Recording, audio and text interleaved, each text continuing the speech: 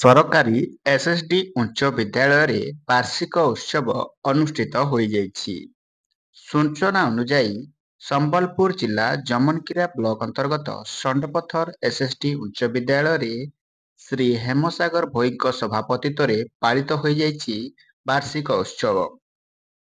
ଏଥିରେ ଜମନକିରା ବ୍ଲକ ଅଧ୍ୟକ୍ଷା ଆଶ୍ରିତା ଭୋଇ ମୁଖ୍ୟ ଅତିଥି ଭାବେ ଯୋଗ ଦେଇଥିବା ବେଳେ ଫାସିମାଲ ଆଞ୍ଚଳିକ କଲେଜର ଅଧ୍ୟକ୍ଷା ଜ୍ୟୋତ୍ସ୍ନାରାଣୀ ଦଳବେହେରା ମୁଖ୍ୟ ବକ୍ତା ଏବଂ ଜିଲ୍ଲା ପରିଷଦ ସଭ୍ୟା ସୁଜାତା ଖୁଣ୍ଟିଆ, ବଡ଼ମା ସରପଞ୍ଚ ବିଜୟ ନାୟକ, ଟିକେବା ସରପଞ୍ଚ ମମତା ବେଙ୍ଗରା, ବିଡିଓ ରବୀନ୍ଦ୍ର ପ୍ରଧାନ ଏବଂ ଆଦର୍ଶ ବିଦ୍ୟାଳୟ ଚିନିମୋଲର ଅଧ୍ୟକ୍ଷ କୃଷ୍ଣଚନ୍ଦ୍ର ନନ୍ଦ ସମ୍ମାନିତ ଅତିଥି ଭାବେ ଯୋଗଦେଇ ଛାତ୍ରଛାତ୍ରୀଙ୍କୁ ଶିକ୍ଷା ଭିତ୍ତିକ ବିଭିନ୍ନ ଉପଦେଶ ସହିତ ବିଭିନ୍ନ ମହଲରେ କୃତକାର୍ଯ୍ୟ ହେବା ପାଇଁ ଆଶିଷ ପ୍ରଦାନ କରିଥିଲେ।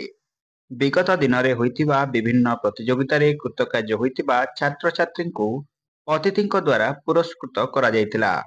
ଶେଷରେ ଛାତ୍ରଛାତ୍ରୀମାନେ ବିଭିନ୍ନ ନୃତ୍ୟ ପରିବେଷଣ କରି ତାଙ୍କ କଳା ପ୍ରଦର୍ଶନ କରିଥିଲେ।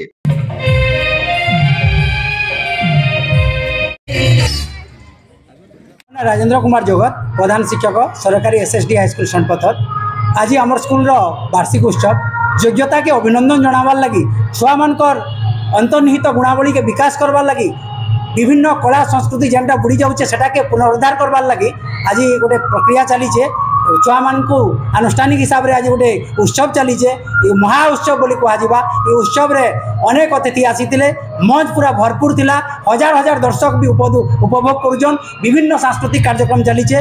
ब्लॉक अध्यक्षा आज इतार मुख्य अतिथि थिले आंचलिक कॉलेज फासीमाल प्रिंसिपाल मुख्य वक्ता थिले जेडपी1 सुजाता खुंटिया सम्मानित अतिथि थे बीडीओ सार सम्मानित अतिथि थे प्रेसिडेंट थे आम पीए टीडीए कुचिंडा हेमसागर भोई सार अनेक अतिथि समागम थिला। यहाँ गोटे मिलन स्थल है यहाँ गोटे समस्त को जुड़बार जगह है विभिन्न कला संस्कृति उद्धार कराई छुआ मान को उत्साहित कराई समस्त प्रकार व्यवस्था कराई।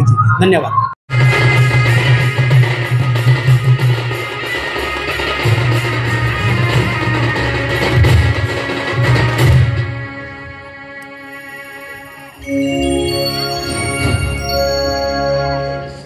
समस्त को मोर नमस्कार।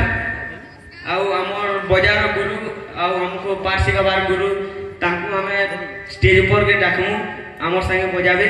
जमनकिरारू हेमंत भैंसांको रिपोर्ट संधा न्यूज। जदि आपंक आम भिडी भल लगा तेब आम चैनल को लाइक शेयर और सब्सक्राइब करने को जमा भी भूलु नहीं।